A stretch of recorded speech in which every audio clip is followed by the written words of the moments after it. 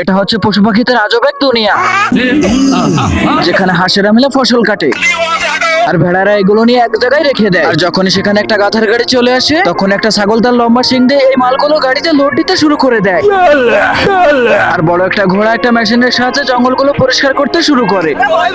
আর ভেড়া ও গরুরা মিলে সেই খড়গুলোকে এক জায়গায় করতে শুরু করে। भाई यहाँ पे क्या हो रहा भाई। তারপর মুরগিরা মিলে সব খড়গুলোকে এক জায়গায় পালা দিয়ে দেয়। তারপর মুরগিরা সে ফসল খেয়ে কোটি কোটি টাকার ডিম পাড়তো। তারপর একটা শুকর সে ডিমগুলোকে প্যাকিং করে বাজারে বিক্রি করতো। এরপর একটা কুকুর একটা ছাগল দিয়ে আবারও হাল চাষ করতে শুরু করে। আমি বিশ্বাস করি না।